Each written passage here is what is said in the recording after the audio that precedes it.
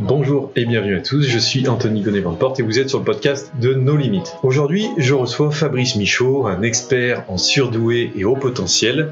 Avec lui, nous allons parler de détection de haut potentiel intellectuel, mais nous verrons également comment faire pour ne pas subir le monde extérieur et se créer une carapace solide quand on possède ce type de capacité, les différentes associations et groupes qui existent dans cet univers et où les trouver, la spécificité de l'intelligence avec ses nombreuses mauvaises interprétations, comment vous pouvez aussi lutter contre la frustration, et nous ferons aussi un détour du côté des conférences internationales qu'il a pu réaliser, des femmes HPI, de la sensibilité à avoir avec ce type de personnes, comment il fait également pour travailler avec des ministres, des professeurs et des personnes extrêmement réputées dans la formation pour adultes, et nous analyserons également la relation amoureuse chez le haut potentiel intellectuel. Je pense que le portrait est bien dressé. N'oubliez pas que le groupe Telegram est toujours ouvert et que vous pouvez nous rejoindre en vous rendant sur le site internet nolimitinc.com. Il est dédié à tous les entrepreneurs qui veulent démarrer ou lancer une activité sur internet et il vous permettra de trouver toutes les clés nécessaires pour le faire correctement. Sans plus attendre, allons-y. Bonjour à tous, bonjour Fabrice. Bonjour Anthony. Alors Fabrice, on a eu quelques problèmes techniques pour arriver à faire cette interview, mais visiblement chez vous c'est aussi une marque de fabrique à cause de petits problèmes que vous avez avec la technologie, mais on va y arriver. C'est ma vie avec la technologie, on s'entend pas. Ouais, on va justement en discuter. Donc Fabrice, est-ce que vous pouvez vous présenter rapidement pour les personnes qui nous entendent, ce que vous faites, quelle est votre particularité, voilà. Non, ça va prendre un peu de temps. Ouais, j'imagine. Aujourd'hui, j'ai 8 ou 9 métiers. En fait, j'ai démarré dans des groupes chez Hachette, chez Monoprix, j'étais manager. J'ai créé un département consultant dans un organisme qui cherchait un cas de sup de 50 ans, j'en avais 25. Et puis, j'ai commencé à donner des cours à la fac. Puis en même temps, j'ai démarré le coaching quand ça n'existait pas il y a 35 ans. Et puis, en même temps, j'ai créé mon cabinet de consultant en 99. Et puis, en même temps, j'ai été co-directeur pédagogique de la principale école de coaching à Paris, qui avait le plus haut niveau d'accréditation EMCC. Et en même temps, j'ai fait de la coopération internationale. J'ai travaillé 10 ans en Guyane en faisant des allers-retours. Et puis, j'étais prof où je suis encore à l'école de management à Kedge, à Bordeaux, mais aussi à Dakar pendant 4 ans et demi. Et puis j'ai aussi une casquette de thérapeute. Et puis j'ai été détecté dans début des années 2000, surdoué. Et puis ça m'a permis de comprendre en même temps. Et puis vous le saviez pas avant? Vous en doutiez ou quelque chose comme ça? Non. Quand la personne qui m'a détecté m'a dit que j'étais surdoué, je me suis dit si c'était le cas, j'aurais pas eu tous les emmerdes que j'ai eu. Après, elle m'a expliqué ce que c'était. Donc, en suivant, je lui ai dit, j'ai pas de doute sur le sujet. Donc, après, mon métier, c'est de faire de l'ingénierie pédagogique, faire des conférences. J'ai été médiatisé pendant 10 ans sur le coaching, quand j'ai créé la première organisation en France. Mais à l'époque, je flippais, ce qui n'est plus le cas aujourd'hui. Et donc, je suis allé voir ce qu'il y avait sur le sujet. J'ai pris l'aspirateur, puis je suis allé sur Internet, j'ai pris des bouquins. Donc, en gros, il y avait tout pour les enfants. Et puis, pour moi, c'était pas possible de dire des choses pareilles sur les adultes, alors que rien n'existait. Donc, je me suis dit, je vais faire comme d'habitude. Je crée, je fais, je fonce. Et je suis chef de tout parce que ça m'arrange. J'aime bien avoir mes espaces de liberté au rythme où je veux aller. Donc, en fait, le fait d'être détecté, ça m'a mis des accélérateurs. Donc, j'étais déjà au 4e ou en 5e. Je suis passé en 10e. Et ça m'a autorisé sur plein de choses. Ça m'a ouvert le cerveau. Et puis, ça m'a autorisé à sortir les chiens. Donc, ils sont toujours pas rentrés, d'ailleurs. Et puis, donc, j'ai commencé à faire des conférences, des séminaires. Et j'ai tout fait en même temps, en faisant le reste, hein, bien sûr. Je fais du coaching depuis 35 ans. Et j'interviens pour des groupes. Donc, en France, je travaille pour la SNCF. J'étais superviseur national de la NPE, de Pôle emploi. Je travaille pour EDF, SNCF, Caisse des dépôts, Safran, Randstad, enfin des grands groupes, mais aussi des PME, des patrons de start-up que j'ai accompagnés. Et puis, j'ai fait ce que je sais faire, des séminaires, des formations. Donc, j'ai créé des séminaires, j'ai créé des cycles de formation. J'ai fait des conférences en Europe, en Afrique, en Asie. Donc, j'allais à Hong Kong, Singapour, à Phnom Penh. Donc, j'ai accompagné une entreprise. Maintenant, c'était à peu près vers quelle année? L'Asie, les conférences, c'est il y a 4 ans, je crois. Ah ouais. 4 ans, j'ai fait un cycle de conférences avec un ami qui était à Hong Kong, qui dirigeait la boîte, un chef d'entreprise au Cambodge, à Phnom Penh. Et on a fait les conférences ensemble parce que je peux partir dans mes mondes parallèles, mais il faut que ce soit en français, c'est plus compliqué en anglais. Mm-hmm. Et puis j'ai fait une conférence qui est en ligne sur YouTube à Tunis en 2019 avec que des professionnels, c'est-à-dire des conseillers de ministres, des chercheurs, des universitaires, des enseignants, des directeurs pédagogiques, ça c'est en ligne. Et puis l'année d'avant, 2019, au Togo, à Lomé, avec le patron des patrons du Togo, qui est aussi le président de l'AGEP, qui est l'association des grandes entreprises du Togo. Okay.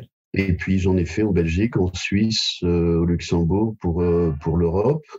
Et puis dans des endroits où j'ai fait une intervention à Polytechnique, ou donc ça c'est pas enregistré évidemment. Puis je suis beaucoup intervenu aussi au congrès de la douance, à peu près une année sur 2 avec Nathalie Astin, qui a une énorme audience. L'an dernier avec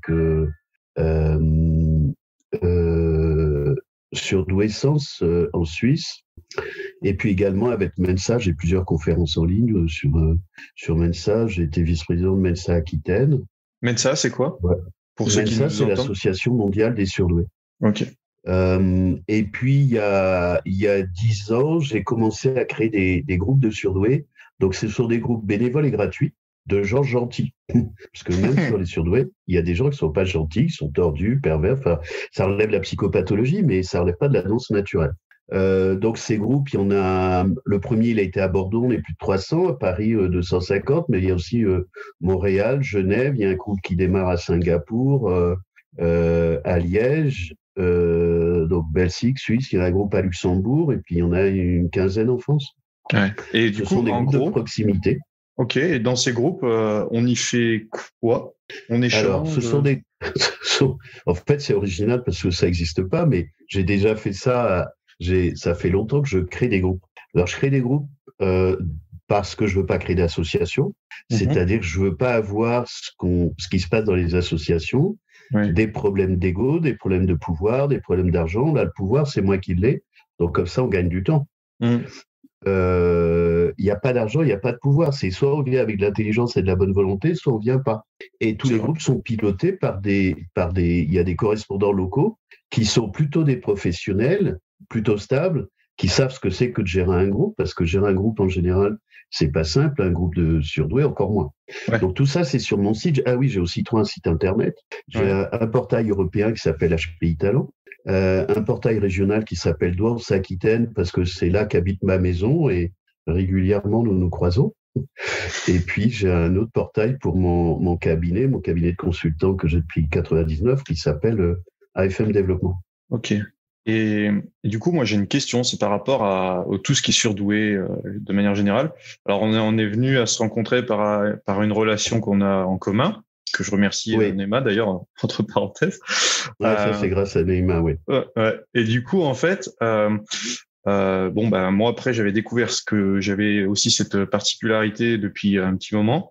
Et je voulais savoir, vous, comment vous faites pour découvrir ce genre de choses quand vous discutez avec des personnes. Comment on détecte, par exemple, des HPI, et après, dans un second temps, comment on détecte aussi des THPI, parce que j'ai cru comprendre que vous adoriez aussi ça.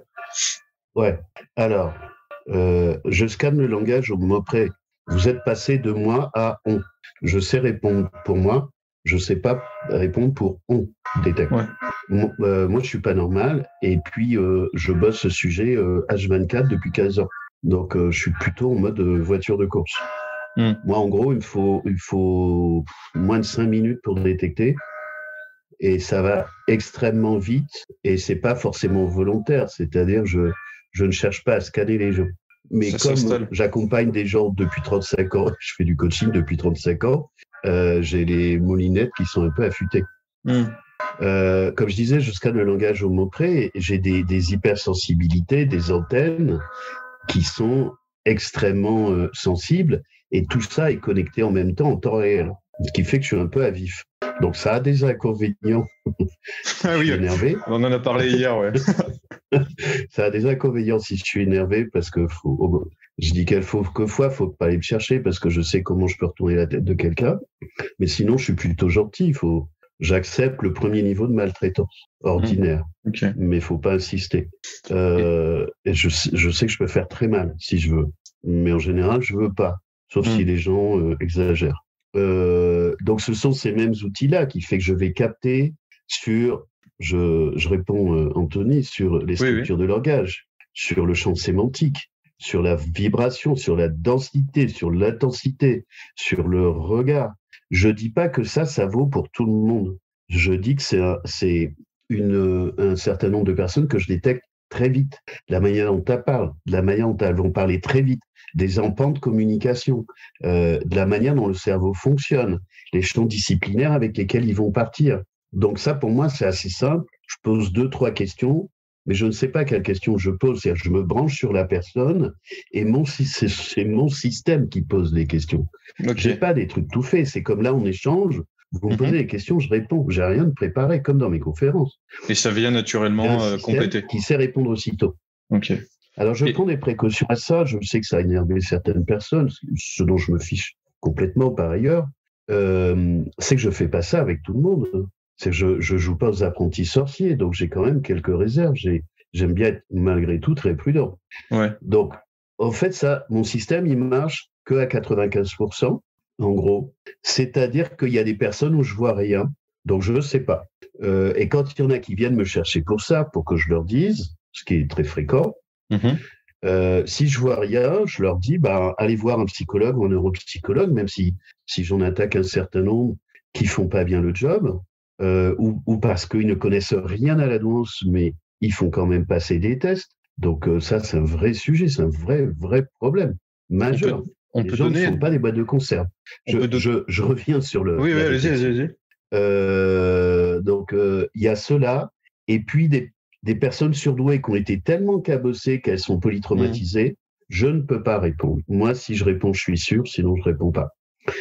Et puis, dans les personnes qui vont me prendre plus de 5 minutes, il y a essentiellement des femmes, parce que les femmes sont beaucoup plus plastiques, beaucoup plus cabossées, beaucoup plus masquées, et encore plus si elles sont Asperger, parce que c'est aussi un vrai sujet. Asperger chez les femmes, c'est pas comme chez les hommes. Et dans ce cas-là, elles sont planquées. J'ai vu beaucoup plus de femmes. Alors globalement, je vois beaucoup plus de femmes. Ce sont les femmes qui vont au charbon, qui ont abandonné leur douance. Leur douance. Ah, leur douance. Oui, ou leur douance, le fait d'être surdoué. Toutes ces dispositions-là, un certain nombre de femmes l'ont abandonné. Alors, ça ne veut pas dire que ça a disparu. Donc, il m'arrive d'entendre des petits bruits au fond des placards. et ça prend plus de temps. De manière générique et générale, il m'arrive c'est pas parce que je repère que je dis. Ça, c'est un autre sujet. Je considère que ma responsabilité, c'est de savoir si je le dis ou pas. Il arrive que je le dise pas, que je le vois, que je sois sûr, mais je le dis pas. Je le dis pas parce que je considère que c'est pas le bon moment. Ça, c'est ma responsabilité personnelle. Comme j'ai dit sur une autre conférence, pour moi, ne pas le dire, c'est non-assistance à personne en danger. Donc, c'est une posture générale. J'ai déjà vu ça. Mais il m'est arrivé de pas le dire. Il m'est arrivé de pas le dire parce que je considère que la personne est en équilibre. Et si je le dis, ça va foutre le bordel.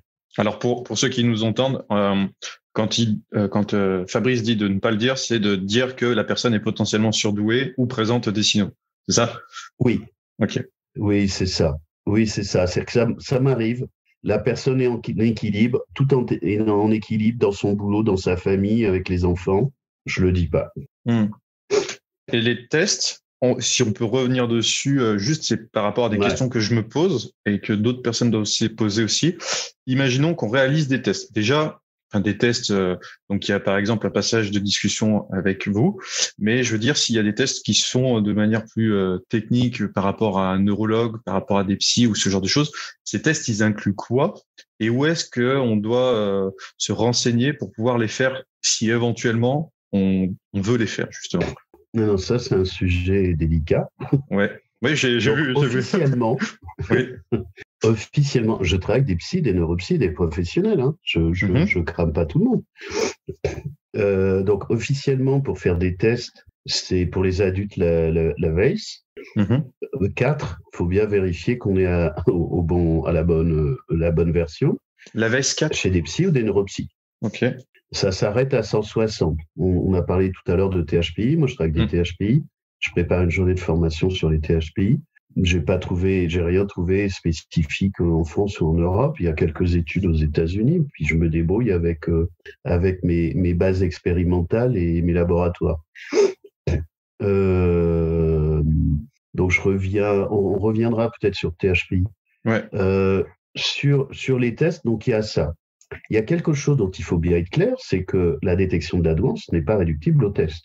Et nombreux chercheurs, moi j'ai vu dans plein d'études, en particulier aux États-Unis, mais il y en a qui le disent en France, mais pas tous, c'est que quelqu'un qui a 130, c'est pas suffisant pour dire qu'il est surdoué.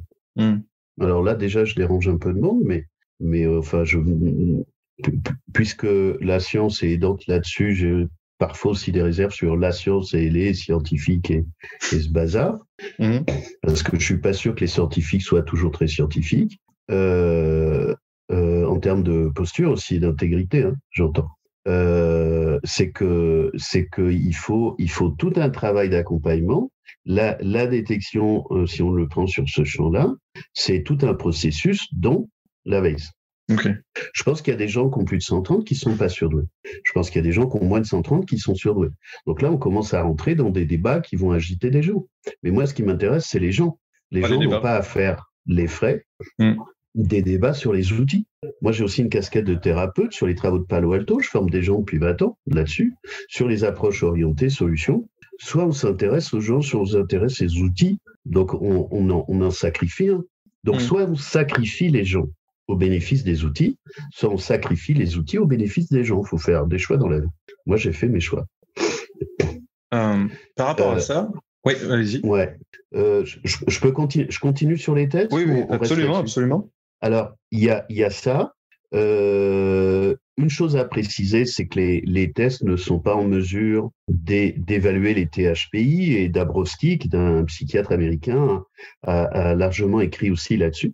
Alors, les THPI, c'est les très hauts potentiels intellectuels. Les très hauts potentiels. Donc, déjà, si on prend cette cartographie arbitraire, qui ont un niveau de QI supérieur à 145, sachant qu'il y a des réponses qui valent 0, 1 point, 2 points. Donc, vous voyez, là, on joue avec des choses. D'un côté, on joue avec des chiffres, et de l'autre côté, on joue avec l'intelligence complexe qui est supérieure pour les très hauts potentiels. Moi, j'accompagne des gens au-dessus de 160 qui sont au-dessus des tests. Ouais, c'est-à-dire que les tests ne sont pas capables de les évaluer. Mais déjà, à 45, les tests ne sont pas capables d'évaluer la douance. Les tests ne s'évaluent qu'eux-mêmes, si je puis dire. Et puis, ça met à l'épreuve le professionnel, parce qu'il est de bon ton de pas parler des professionnels, mais quand même. Alors, pour autant, je leur reconnais une circonstance atténuante, c'est qu'il faut bien qu'ils vivent dans l'univers de leur métier et de leurs collègues, et puis que le test, il a un corpus, il y a un classeur comme ça qui code toutes les réponses. Donc déjà, l'exercice, il est vrillé pour moi. Alors quand je suis un peu agacé, je dis que c'est un truc de neurotypique pour des neurotypiques. Ouais, il y a un cadre en fait, c'est ce que vous voulez dire. Ah bah il y a un cadre grave. Ouais. Il y a un classeur. Il y a un classeur comme ça, Anthony, il y a tout écrit dedans, il y a la Bible. Ouais, les cadres, c'est l'horreur. En même temps, moi, je fais de l'ingénierie pédagogique, je conçois des guides pédagogiques et je fais de la formation de formateurs de formateurs. Ok. Donc, je conçois des trucs comme ça. Je connais la mécanique. Ça fait partie de mes métiers. Je comprends bien. Tout est coté.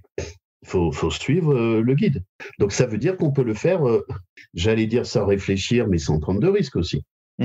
Donc, concrètement, qu'est-ce que ça veut dire ? Dans la littérature des surdoués, avec le bouquin de Fanny Nussbaum et Olivier Revol, et puis j'oublie toujours son nom, la troisième personne qui a travaillé sur les IRM.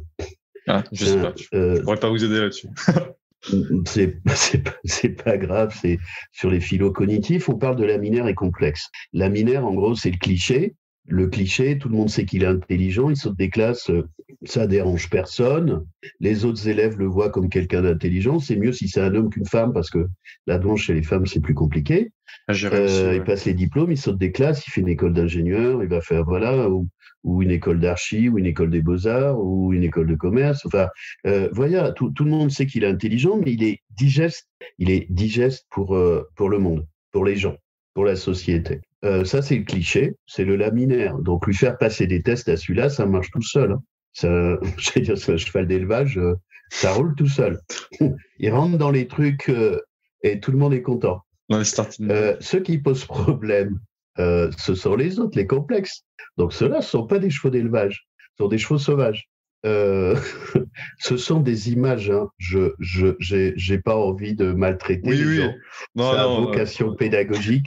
Je travaille avec des métaphores. Je suis toujours avec des métaphores parce que les images me viennent, mais ça a vocation pédagogique. Je rappelle, parce que je suis toujours obligé de rappeler, parce que je suis assez direct, c'est que... Non, mais c'est toujours bien de la direction, mais avec de la bienveillance. Donc, il n'y a pas de problème. Oui, sauf avec les gens pas gentils, je suis pas bienveillant. Normal. Mais sinon, je suis plutôt bienveillant. Je rappelle que les métaphores sont des outils pédagogiques et ce sont des réducteurs de complexité. Et c'est avec ça qu'on avance. Donc, ce sont des outils. Et la métaphore n'a de valeur tant qu'elle reste métaphore et qu'elle n'est pas réelle. Donc, ce sont des réducteurs de complexité pour accéder à des choses complexes. Et je distingue des choses, je ne les oppose pas. Donc, les surdoués complexes et les chevaux sauvages, ceux-là, ils peuvent partir dans tous les sens. Ils ont un énorme potentiel. Mais typiquement, autant les premiers, ils vont être homogènes, c'est-à-dire qu'on va leur trouver un chiffre, parce qu'il y a moins de 15 points d'écart type dans les subtests. Dans les sous-tests. Les autres, il y a plus de 15 points. Donc, en général, très souvent, pas tout le temps, mais très souvent, il n'y a pas de chiffre. En gros, ce que je dis, c'est qu'ils repartent avec des emmerdements qu'ils n'avaient pas en rentrant. Ils passent un test, puis on leur dit on ne sait pas. Ou on leur dit, alors le 11, ça va dépendre de la responsabilité du psychologue, hein, du professionnel. Ou on leur dit si, vous êtes surdoué, mais je ne peux pas vous l'écrire. Et du coup, ils partent comme ça dans la nature. Moi, je fais depuis des années, et puis ça s'est accéléré, je fais des bilans de surdoués sans test de QI. Je récupère tout ce monde-là. Les gens m'envoient leur bilan et je dois les débriefer avec eux, si je peux en faire quelque chose. C'est fou. Et du coup, les difficultés les plus communes chez ces gens-là, c'est quoi? Ils s'acceptent pas, c'est des rejets. Donc, les gens hétérogènes par rapport au test. De manière générale, les personnes qui sont HPI, ou THPI, ou qui ont du potentiel, qui sont surdoués, ou comme on peut le voir peut-être après, qui sont slashers, zèbres, enfin, voilà, vous voyez. Alors, je n'utilise pas les autres termes, Anthony, okay. Parce que les autres termes, globalement, perdent les gens. Absolument. Donc, comme à l'arrivée, on veut parler des surdoués, moi, si c'est une casserole, ça s'appelle une casserole, et si c'est un croissant, c'est un croissant. Et si c'est une tarte aux fraises, c'est une tarte aux fraises. Mais moi, j'ai besoin de choses claires, précises, concrètes. Je suis un peu puriste au risque d'être un peu tyran. Mais c'est mon métier que de faire de l'ingénierie pédagogique. Donc, j'aime pas le boulki-boulga. Alors, quand on parle de surdoué, le cliché, on va plutôt l'appeler HQI, au quotient intellectuel, vu que c'est écrit dessus, que ça marche tout seul et que ça fait consensus. Et puis l'autre, on va l'appeler HPI, au potentiel, parce que c'est pas sûr qu'il ait développé sa douance. Et encore plus chez les femmes, où c'est une douance invisible, plus souvent. On peut l'interpréter. Oui, allez-y. Je reviens sur la partie de ceux qui peuvent avoir des problèmes sur les tests dans les complexes. C'est qu'il peut y avoir des traumas, il peut y avoir des peurs, il y a des émotions, il y a l'illégitimité. Il y a au moins 15 raisons. Il y a 15 raisons que ça marche pas. Parce que certains surdoués complexes, ils me disent souvent, mais je suis pas bon en maths, donc je suis pas surdoué. Mais ça n'a rien à voir. Du tout. Un surdoué, il sait qu'il a des emmerdes et qu'il est décalé. Ça, il est au courant. Là, on commence à être dans la vraie vie. Des emmerdes, décalés, des problèmes avec les autres. Il marche pas pareil, il obéit pas pareil, il se pose des questions que les autres se posent pas, il comprend pourquoi il y a plein de trucs tout cons que ça dérange personne, il comprend pas pourquoi les gens obéissent, il comprend pas pourquoi les gens acceptent, il pose des questions que les autres ne posent pas, il allume la lumière au garage, au grenier, à la cave, et il passe sous les tapis qu'on lui a rien demandé. En plus, il veut aider les gens, on lui a rien demandé. Il pense que les gens ont envie de s'améliorer, ils en ont rien à foutre. Ouais, c'est vrai. Mais il croit aux belles histoires qu'on lui raconte et il se prend des cartons. Voilà, ça, c'est la vraie vie HPI. J'ai quand même écrit déjà une page complète. Hein. Ça va être compliqué pour l'intro. Fallait pas venir. Hein. Ah ouais. Ah non, je suis tellement content. Mais du coup, ouais, forcément. Moi, j'ai tellement de questions. Mais l'interview, faut qu'elle puisse être hyper condensée. C'est difficile de trouver. On peut la condenser en une journée, Antoine. Une vie résumée en une journée, c'est complexe. Hein, c'est complexe. Alors, du coup, c'est une question qui peut revenir, je pense, assez souvent. C'est comment réagir face aux autres, face à que ce soit du mépris, que ce soit peut-être mal vu d'avoir un peu plus d'ego, moins d'ego, vous voyez. Comment réagir face à ça? Alors, ça fait longtemps qu'on me demande des conférences sur les neurotypiques. Alors, je fais une journée en formation que j'appelle Survivre au milieu hostile. Je le fais pas encore au public parce que là, je vais vraiment être maltraitant. C'est-à-dire que mes distinctions pédagogiques, elles peuvent être assez insupportables pour des neurotypiques. Et puis, je pourrais pas avoir d'humour non plus, donc ça va être embêtant. Bah ouais, parce que c'est-à-dire que quand on est concerné par ces problèmes-là, on peut en parler.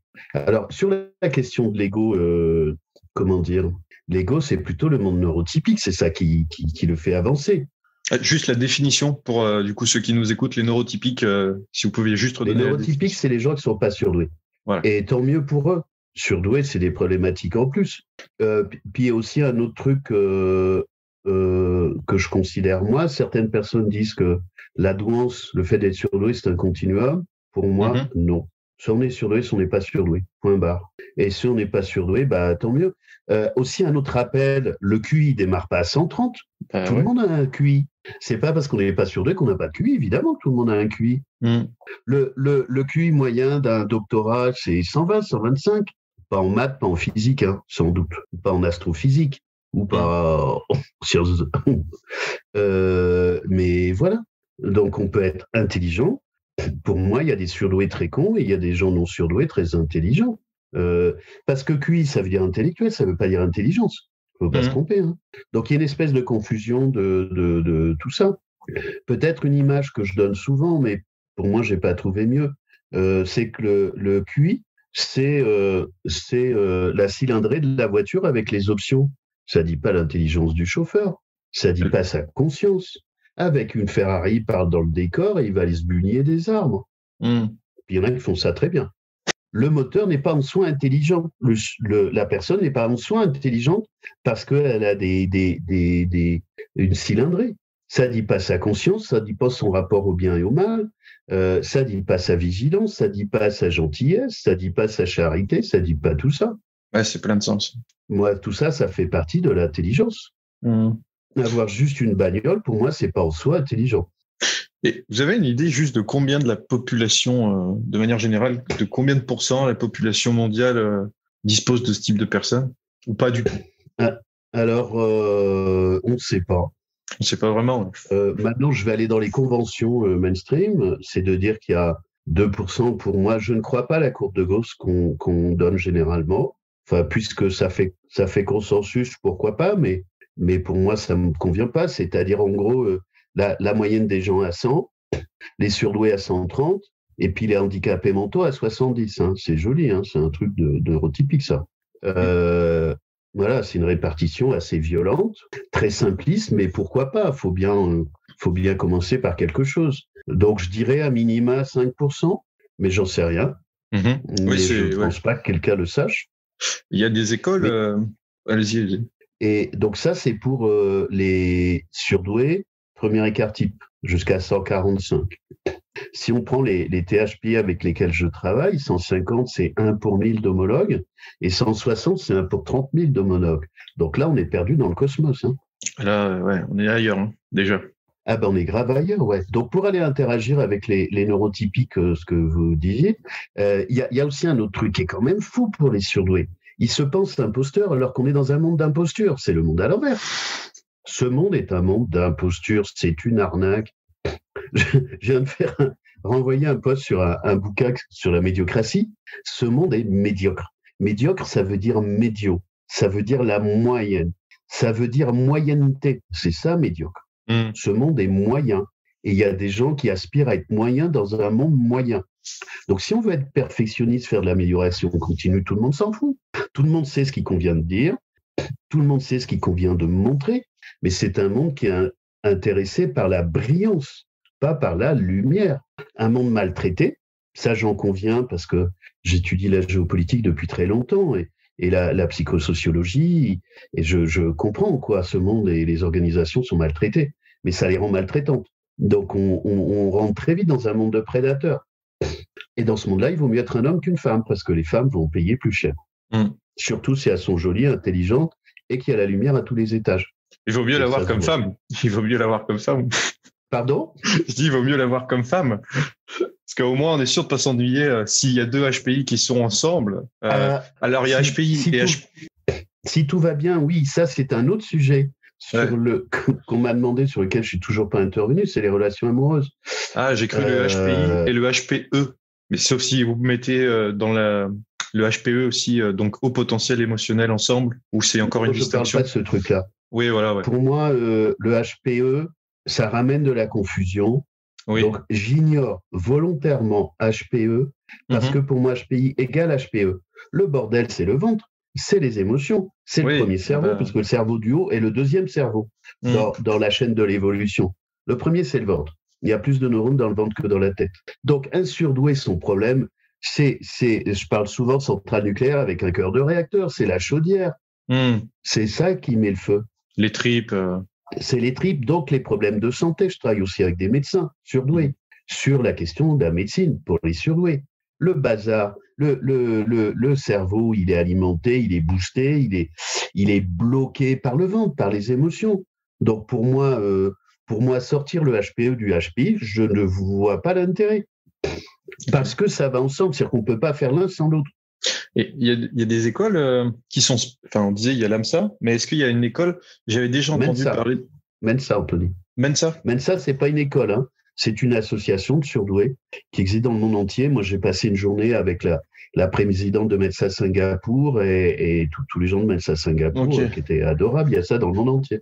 Et d'ailleurs... Pas dans tous les pays.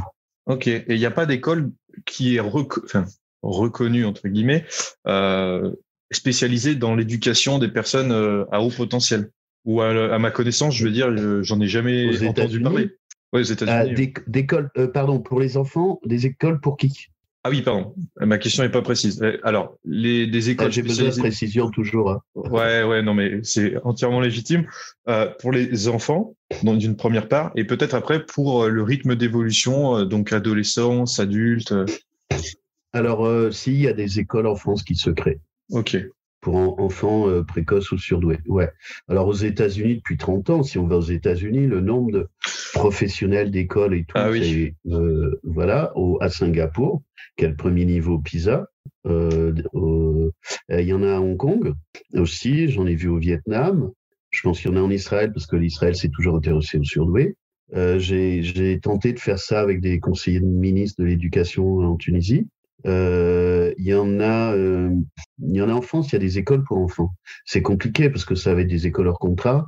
Faut rentrer des sous, faut travailler avec les parents. Enfin, faut être volontaire et courageux. Hein. Ouais, c'est beaucoup d'argent, j'imagine en plus. Bah, c'est comme les écoles Freinet, Montessori, Steiner. Voilà. Est-ce que tu as une astuce? Alors, une ou plusieurs astuces. Enfin, vous avez une astuce. Non, on peut se tutoyer, Anthony. Ok, ça marche. C'est gentil. Est-ce que tu as une astuce pour justement s'accepter, être comme on est et se dire, ok, je suis ça, je l'accepte et je l'accepte pas et je vais faire ça pour que ça aille mieux. Oui. En fait, faut aller voir l'implicite de tout ça. Okay. L'implicite de tout ça, c'est que les personnes surdouées, elles s'évaluent avec leurs propres cartes, leurs propres exigences. D'accord. Je donne souvent une autre image, c'est demander à un poisson rouge dans son bocal qui tourne en rond dans le bocal de s'évaluer. Il va s'évaluer avec sa propre eau. Perception, et si on dit au poisson rouge, tu sais que le monde est rempli d'air, il ne te croit pas une seule seconde. Donc le surdoué, il s'évalue avec sa propre carte, son perfectionnisme, son rapport au monde, et avec l'idée qu'en plus c'est toujours de sa faute, mais c'est des conneries. Donc, il y a quelque chose qui est équidistant, c'est que si on veut s'évaluer, il faut s'évaluer au regard du monde normal, médiocre. Donc, il faut aller acheter en urgence la cartographie et l'échelle de la médiocrité et de s'évaluer au regard de la médiocrité. Et là, je te garantis que tu as des marges de manœuvre. Hein. Ok. Donc, et alors, ça veut dire que si pour certains surdoués, plus les femmes, ils veulent être gentils, de dire voilà, je n'ai pas le droit d'être prétentieux et hautain, ben non, c'est juste être lucide. Lucide. Bah oui. C'est de la lucidité. Quand tu as des surdoués qui bossent pour deux, qui partent au burn-out, qui sont même pas payés pour ça, et qui demandent, quand ils demandent trop tard de l'aide ou trop tard de l'argent, qui se font jeter, c'est un symptôme du monde normal, parce que les surdoués vont créer de la jalousie, vont créer de la compétition, encore plus les femmes. Donc, considérer que t'es pas bon, alors évidemment, ce sont des questions de complexe, pas des questions de laminaire. Parce que les personnes n'ont pas le bon niveau, parce qu'ils les prennent de famille, parce qu'ils n'ont pas les bons diplômes, et qu'elles trouvent qu'elles sont prétentieuses. Mais tout le monde s'en fout. Tout le monde est prétentieux. Moi, des fois, on me dit que je suis prétentieux, mais c'est un compliment. Je prétends un certain nombre de choses et je bosse pour ça. Donc, je dis aux surdoués, soyez prétentieux. Soyez fiers de ce que vous faites de bien. Et de ce que vous êtes. Mais évidemment, ça, je n'oppose pas les surdoués aux autres, c'est-à-dire que ça vaut pour tout le monde. Mais prétentieux, ça ne veut pas dire être inconscient. C'est forcément à la lumière de la lucidité et de la bienveillance. Un autre truc aussi que je dégomme dans les machins à la mode, c'est de dire les surdoués, c'est pas plus, c'est différent. Mais bien sûr que c'est plus. Quand tu cours plus vite avec tes pieds, ça dérange personne. Hein. Ça fait consensus. Tu cours plus vite avec ta tête, ça dérange. Mais c'est quoi ces conneries? Si tu travailles plus vite et que tu fais le boulot de deux, bah c'est bien plus. Ouais, il y a de la pudeur. Pour moi, c'est pas de la pudeur, c'est de la pression. C'est les travaux de Derrida, Deleuze sur le pouvoir moderne. C'est du psychopolitique. Oui, bien tu vu. vois Ah bah oui, c'est du psychopolitique. Moi, je sais pourquoi ça fait ça. On rentre dans le champ de la culture. En fait, c'est de la soumission à une empreinte psychopolitique globale. Mais si tu es meilleur, tu es meilleur. Hein. Oui. Mais les surdoués sont en général les seuls à savoir qu'ils sont très cons, très mauvais sur autre chose. Puis en plus, ils vont le dire. Donc là, ils vont se faire toper. Ouais. Comme je dis souvent, les surdoués, il y a souvent une confusion entre le gruyère et le fromage. Alors, entre le gruyère et les mentales, puisque tu es en Suisse. C'est ça. C'est que les surdoués, eux, ils savent que ce sont c'est de l'emmental avec les trous. Moi, je travaille avec les trous et eux, ils savent qu'il y a des trous. Et les autres ne voient que le fromage. Ils prennent ça pour du gruyère qui est tout plein, sans trous. Mais les surdoués, ils voient les trous. Ils voient le fromage, ils voient les trous. Ils voient l'ensemble. Pardon ? Ils voient aussi l'ensemble, ce qu'il y a autour du fromage, du gruyère et tout ça. Oui, mais si tu veux un surdoué, si tu es prétentieux pour voir ce que tu sais faire et que tu es meilleur, mais tu te tires des balles dans le pied à longueur de journée parce que tu sais que tu es très mauvais, parce que tu utilises la même intelligence et la même lucidité, mais les autres n'en voient qu'une partie. Et puis s'ils voient tes trous à toi, ils vont venir t'allumer sur tes trous à toi, pas sur tes morceaux de fromage. Ok. T'as une anecdote ? Et eux, ils ne pensent pas qu'ils ont des trous, mais les surdoués vont voir les trous. Est-ce que du coup, tu as une anecdote de quelqu'un que tu as peut-être rencontré dans ta vie professionnelle et personnelle qui, je sais pas, t'a marqué, une personne peut-être beaucoup plus intelligente qui avait de multiples domaines dans son champ d'action ou ce genre de choses ? Je crois pas. Tu crois pas ? Ok. Si, pardon, il y en a un qui... il y en a un qui me marque et que je trouve exceptionnel, que je connais, c'est Cédric Villani. Ah bah Cédric Villani, oui. Ah oui. Bah, si tu veux, moi j'aime l'intelligence et la lumière, donc mais c'est Cédric, j'avais vu, si tu veux un truc, moi j'aime l'intelligence. Il avait fait une conférence à la Maison de la Métallurgie à Paris, je sais pas où on peut retrouver ça, sur les mathématiques de la chauve-souris. En plus, il était pieds nus ou en chaussettes, et c'était magistral. Sa démonstration des mathématiques des chauves-souris, et il atterrit comme ça au bout d'une heure. Nickel. Qu'est-ce que c'était beau. Cédric Villani, c'est sûr que... Mais j'apprécie beaucoup Cédric, et il est extrêmement gentil et chaleureux. Peut-être une prochaine interview, je vais le noter. Alors, si tu veux faire une interview, voilà, on en rediscutera. Ouais, on en rediscutera. C'est pas gagné. Ouais, non, mais là, je suis sollicité. Ouais, je sais bien. Mais même toi, je sais que je te remercie encore une fois pour le temps que tu m'as accordé, mais c'est vrai que c'est toujours un plaisir de recevoir des personnes comme toi, comme Cédric sur ce podcast. Tu remercieras Naïma, c'est elle qui a fait le job. Ouais, je trouverai quelque chose. Du coup, est-ce que tu as des applications peut-être que tu utilises dans ta vie de tous les jours ? Je sais que tu n'es pas forcément adepte de l'informatique parce que du coup, sauf si tu veux en parler, tu as plein de problèmes avec. Est-ce que tu utilises peut-être des applications en particulier qui t'aident, que ce soit professionnellement, personnellement ? Je vois pas, à part Zoom avec lequel je fais des conférences, des séminaires, des bilans et beaucoup en télétravail maintenant. Moi, il faut que je comprenne tout de suite et que ça marche et que je puisse tout contrôler. Et que ça m'obéisse. Enfin, je veux pas de... C'est comme les gens, j'aime pas que ça me trahisse. Normal, la pire des sensations. Mais ça, c'est pas gagné non plus. Ouais. Et dans le secteur de l'intelligence, de travailler avec les autres et des personnes comme ça, tu vois quoi comme évolution dans les années à venir? Plus d'accompagnement Pour ces gens-là? Oui. Alors, je pense que travailler avec des algorithmes pointus qui prennent en compte ces formes d'intelligence, parce que quand on parle d'intelligence artificielle, là, on parle d'intelligence naturelle. J'avais un camarade, Frédéric Vezon, qui a travaillé sur la Silicon Valley, qui est à Paris en ce moment, qui m'expliquait que il y a 2 ans, il disait qu'en 2020, il allait manquer 1,5 million de cerveaux aux États-Unis sur l'interface homme-machine. Ouais, j'en ai entendu parler. Et Frédéric, on a eu des interventions ensemble. Il a fait des conférences sur la douance et aussi sur l'autisme Asperger. Et je pense que les surdoués sont capables, alors encore plus les THPI, ils sont capables de se promener à l'intérieur de systèmes complexes. Ce sont des algorithmes ou des simulateurs sur pied, organiques. Il n'y a pas besoin de les copier, mais c'est-à-dire garder des environnements multidisciplinaires, multicomplexité, donc je parle en général non plus d'équations, mais de matrices avec des variables et des inconnus, rentrer à l'intérieur, faire bouger tout ça et faire de l'interface homme-machine. Ils savent se promener là-dedans. C'est-à-dire gérer la complexité de la machine, y compris des boîtes noires, et gérer la complexité de l'humain et de faire l'interface. Ça pourra jamais être remplacé par une machine, par de la technologie. Okay. Et c'est justement avec Cédric, avec Joseph Jovanek et d'autres personnes, je voulais faire une conférence à Mensa à Bordeaux sur ces sujets-là, sur la prévalence de l'atypicité et des surdoués, mais aussi Asperger et autres. Et malheureusement, il y a des gens qui m'ont cassé les pieds et j'ai arrêté. On a été quelques-uns, toute l'équipe a arrêté ensemble. Voilà, c'était sans doute trop bien, trop haut, trop ceci, et que ça générait des jalousies.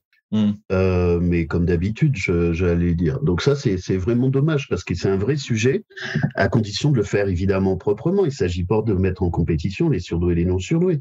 Moi, quand je distingue les choses, je n'oppose pas les choses. J'ai des amis qui sont non-surdoués, c'est pas un problème. Oui, ça t'empêche pas de maintenir un lien social avec eux. Évidemment. Bah oui. C'est-à-dire que tu les mets pas en difficulté, t'attends pas d'eux ce qu'ils sont pas capables de fournir, et puis pour une part, tu te tais. Et tu fais ta route tranquillement. Ouais, tu les emmerdes pas, tu les mets pas en difficulté. Donc ça répond aussi à ta question tout à l'heure, comment on interagit avec les neurotypiques. Il faut savoir ce qu'on peut faire ou pas avec eux. Par rapport à la frustration, aux attentes. Tu vois, là, on est sur plusieurs sujets en même temps. On est en train de faire du tricot, mais moi, ça me va bien. Sur les relations amoureuses, c'est pareil. Tu vois, de fait. Tu veux en parler Tu veux en parler vite fait T'as envie moi, j'ai pas. Au contraire, j'adore. Moi, je suis convaincu. Je bois. Moi, j'ai des réponses à des questions. Les relations amoureuses, c'est un peu. On avait une discussion hier avec Hélène Becchiali qui a écrit un bouquin sur le trauma des femmes. J'ai plus le nom du livre qui est un peu un best-seller d'Hélène. Sur les femmes traumatisées. Elle sort bientôt un bouquin et je vais être dedans. Et Cédric aussi va être dedans puisqu'elle a un entretien avec lui lundi prochain sur les zèbres sur le divan parce qu'elle est aussi psychanalyste. Sur les relations amoureuses et la difficulté de ce sujet-là. Donc, normalement, je vais être dans un chapitre de son livre. Évidemment que c'est difficile. C'est-à-dire que globalement, quand tu es à plus de 15 points d'écart type, la communication est difficile parce que tu n'as plus les implicites. Ce qui est aussi un sujet avec les neurotypiques, il n'y a pas d'implicite. Donc, il faut aller chercher de quoi on parle, faire de la métacommunication, c'est-à-dire communiquer sur la communication, c'est-à-dire parler des règles du jeu avant d'aller jouer. Il n'y a pas d'implicite. Donc, soit dans les relations amoureuses, il y a de l'amour, il y a de la gentillesse, il y a de la bienveillance, et surtout, il n'y a pas de compétition. Dès qu'il y a de la compétition, c'est foutu, c'est barré, tu te casses. Tu rentres pas dans la relation amoureuse, j'entends. Surtout pour les femmes. Après, selon que c'est dans les couples hybrides, selon que c'est la femme ou l'homme qui est surdoué, Si c'est l'homme, ça pose moins de problèmes. Si c'est la femme et que l'homme part en vrille, c'est mort. Ouais, c'est ce que j'allais dire. On n'est pas égaux. On n'est pas du tout égaux. Mais j'ai des couples où ça marche très bien, des couples hybrides. Mais si l'autre, il y a de la bonne volonté, qui accepte les caractéristiques du surdoué, qui a besoin de se mettre dans sa bulle, qui a besoin de se tirer, qui va avoir des charges émotionnelles et en gros, faut pas le toucher, faut pas lui parler, faut pas l'approcher. C'est pas qu'il l'aime pas, c'est qu'il faut le laisser gérer sa propre écologie, mais ça marche. Et tu peux avoir des couples entre surdoués, ça marche pas parce qu'ils se font tellement miroir, ça relève pas de la douance. Quand ça marche pas, ça relève de la charge émotionnelle, du transgénérationnel, de l'éducation, et voilà, on n'est pas réductible à la douance. On a toute une part qui relève pas de la douance, et la douance, c'est comme le glutamate, c'est un exhausteur de goût, tu vois. Pas mal, bien trouvé. C'est bien. Hein. Franchement, j'avoue, c'est bien trouvé. Et quand tu as une journée avant le Covid, ta journée normale, c'était quoi, par exemple? Ou maintenant? Parce que j'imagine que c'est que des Zooms, mais je veux dire, quand elle était tumultueuse. Oui. Pour moi, avant le Covid? Oui. Mais j'ai jamais une journée normale, elles étaient jamais pareilles. J'avais un tiers de mon temps à l'étranger, un tiers de mon temps à Paris, un tiers de mon temps entre ma maison que je croise à Bordeaux, ma maison, je vais isoler ici dans la montagne à 1300 mètres d'altitude, ou la plage parce que je suis originaire de Royan. Je ne me lève jamais à la même heure, je ne me couche jamais à la même heure, je mange jamais à la même heure, et ma vie d'avant, c'était entre 2 et 3 valises. Mais tu restes quand même un minimum organisé ou tu n'as vraiment pas de structure dans ta journée? Je contrôle tout, je maîtrise tout, je contrôle tout. Ouais, c'est un je suis totalement organisé. Et du coup, dans ce podcast, j'ai 2 questions qui sont sympathiques. La prochaine, c'est pour toi, je pense qu'elle va être agréable. C'est qu'est-ce que le web t'a apporté que tu ne pouvais pas avoir ailleurs? Mais il m'a apporté un truc dont je rêve depuis 15 ans. Je ne vois plus personne. C'est magnifique pour moi. C'est-à-dire que dans tout mon bazar, j'ai aussi des 10, j'ai aussi du TDAH et j'ai aussi des traits autistiques.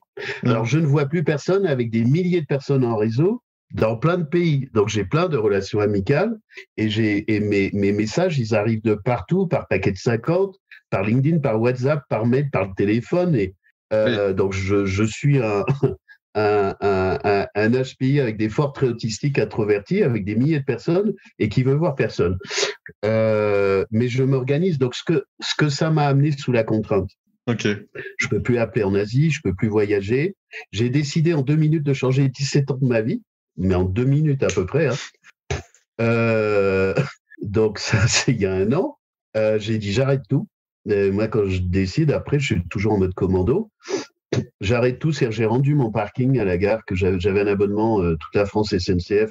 J'ai rendu mon parking à la gare, j'ai lâché mon abonnement, j'ai arrêté Paris et le bazar mondial m'a fait arrêter le monde.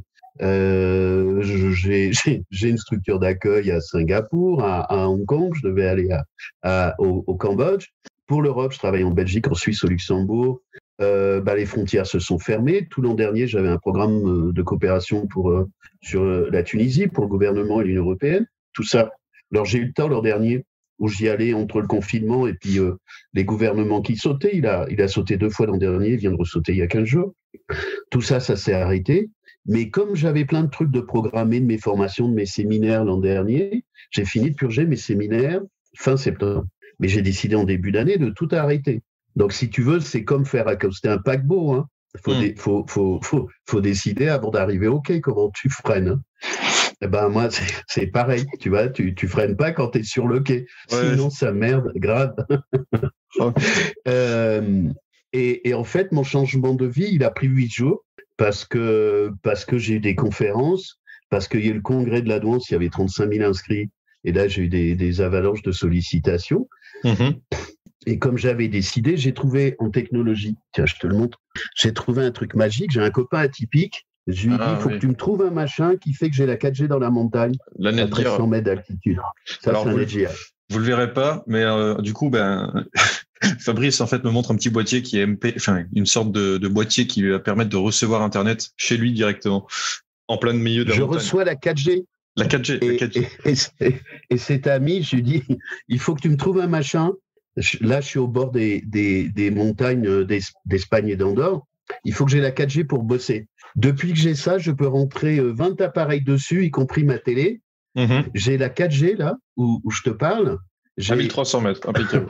Je te montre mon bureau. Attends, je te montre là. Ah ouais. Ouais, donc pour vous le décrire, en gros, il y a Fabrice qui est devant son bureau et en fait, il est assis face à l'extérieur, la montagne et tout ça. Et... Attends, je vais te montrer. C'est des montagnes à 2500 mètres. Je sais pas si tu vois. Ah ouais. Ah, c'est incroyable. Mais ouais, en gros, il y a un énorme paysage avec des montagnes et c'est juste en face de son bureau. Donc, pour travailler, en fait, il ouvre les yeux et tous les matins, il travaille face à la montagne et tout ça. Ouais, c'est beau, hein. C'est beau.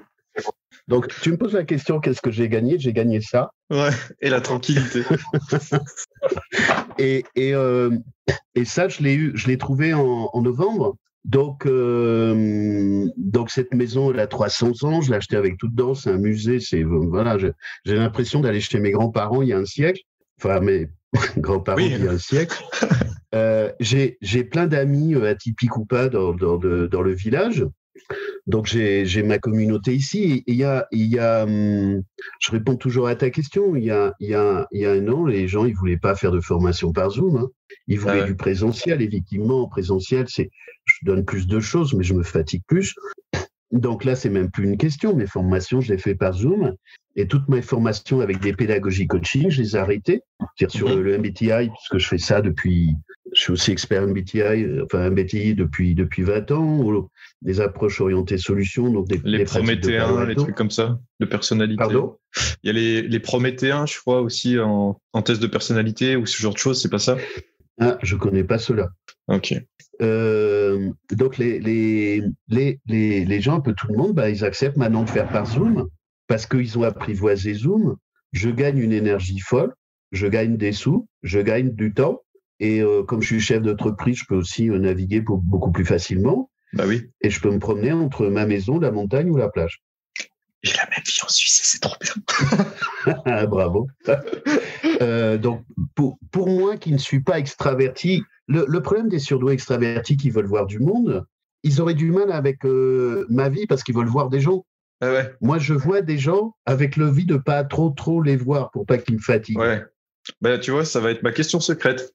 Et donc, Julien, si tu me permets, en gros, dans le podcast, à chaque fois, à la fin du podcast, j'ai ce que j'appelle la question secrète. Donc, elle peut être décorrélée de ta réalité ou de tout un tas de choses. Mais l'idée, c'est simplement de voir ce que tu peux penser, ce que tu peux mettre en place pour y répondre. Alors, elle est pas très, très difficile, mais c'est juste savoir ce que toi, tu peux en penser. Il n'y a pas de bonne ou de mauvaise réponse. Et c'est de voir ce que tu ferais. Donc, tu me dis quand tu es prêt. Vas-y. Et de toute façon, ça sera coupé. Donc, je suis prêt. Parfait. Donc la question est, tu es enfermé pendant quelques jours à des milliers de mètres d'altitude, donc peut-être 2-3 000 mètres dans un refuge, avec des personnes normales et des surdoués. Qu'est-ce que tu fais avec toutes ces personnes ? Est-ce que tu prends le lead sur le groupe ? Qu'est-ce que vous faites ensemble ? Il n'y a pas forcément de bonne ou de mauvaise réponse, tu vois. Est-ce que vous allez chercher un moyen de vous évader du refuge ? Parce que non, je te réponds. Vas-y. En fait, moi, j'ai une approche organique des systèmes. Ok. Donc, en fait, je fais rien. Ah, tu laisses faire. Je regarde comment le système bouge et je vais trouver où est ma place. Intéressant. Okay. J'accompagne des organisations, des comités de direction, des transformations. C'est mon métier depuis 35 ans. Donc, j'accompagne des systèmes complexes. Ce que tu me proposes, c'est un système complexe, organique. Et organique, c'est mais dans mes modèles de référence, c'est de la cybernétique ou de la loi des systèmes vivants. Tu me proposes un système vivant. Le chaos est une loi. Donc, ce système est auto-organisé, c'est de l'autopoïèse. Après, je rentre sur des champs disciplinaires. Donc, moi, je me mets en recul, je regarde cet ensemble de systèmes, je vois comment le système s'auto-organise et je vais voir où est ma contribution ou pas. Si je sers à rien, je vais à la cuisine et je vais faire à bouffer parce que j'ai toujours su faire ça aussi. Tu vois, je m'occupe de la bouffe et du bar. Ok. Ou alors des animaux, des enfants parce qu'ils sont sympas. Où je vais me casser et je disparais. Mais c'est zéro problème, moi, c'est zéro stress. Ok. Du coup, pour conclure, est-ce que tu peux me donner, pour les personnes qui nous suivent sur le podcast, est-ce que tu peux me donner un endroit où les gens peuvent te suivre, te soutenir ou pour poursuivre ta route? Et pas sans donner ton adresse mail ou ce genre de choses, mais juste si des personnes veulent suivre un peu ce que tu fais. Et puis, Alors, voilà, dans le temps. mon portail, il faut que je le mette à jour parce que je suis en retard, c'est HPI Talent. HPI. Mais il n'est pas forcément à jour. En fait, le truc, ma tête de gondole, c'est LinkedIn. Comme je suis parano, je ne suis pas sur Facebook. Et puis, ça m'épargne un certain nombre de choses qui ne me plairaient pas. C'est vraiment LinkedIn. Donc, LinkedIn, je crée beaucoup de posts. J'ai un groupe pour surdoués qui s'appelle HPI Talent. Il doit y avoir 1500 personnes. Où je communique le plus, c'est LinkedIn, où je me mets le plus à jour parce que j'essaie de rentrer 72 heures par jour, mais quand même, il faut que je pousse les murs sérieusement. Un peu, ouais. Et mon site, il faut que je vois avec des amis atypiques qui le gèrent, c'est une agence. Il faut que je le mette à jour. Mais en gros, c'est plutôt LinkedIn. Ok. Et j'ai un groupe HPI, un groupe THPI réservé au THPI. Ok. Écoute, je te remercie en tout cas pour m'avoir accordé du temps et tout ça pour ce podcast. C'était sympa. Franchement, c'était super intéressant. Et puis, écoute, je te dis à très bientôt et encore une fois, merci. Je t'en prie, avec plaisir. J'espère que le podcast vous a plu. Si c'est le cas, n'hésitez pas à laisser un commentaire et une note depuis la plateforme où vous nous écoutez. Aussi, j'ai récemment créé un Telegram sur lequel vous pouvez recevoir des tonnes et des tonnes d'informations gratuites pour vous permettre d'évoluer avec vos projets grâce à Internet. Si vous souhaitez le rejoindre, vous vous rendez directement dans la description de cet épisode. Et je vous dis à très vite pour un nouveau podcast.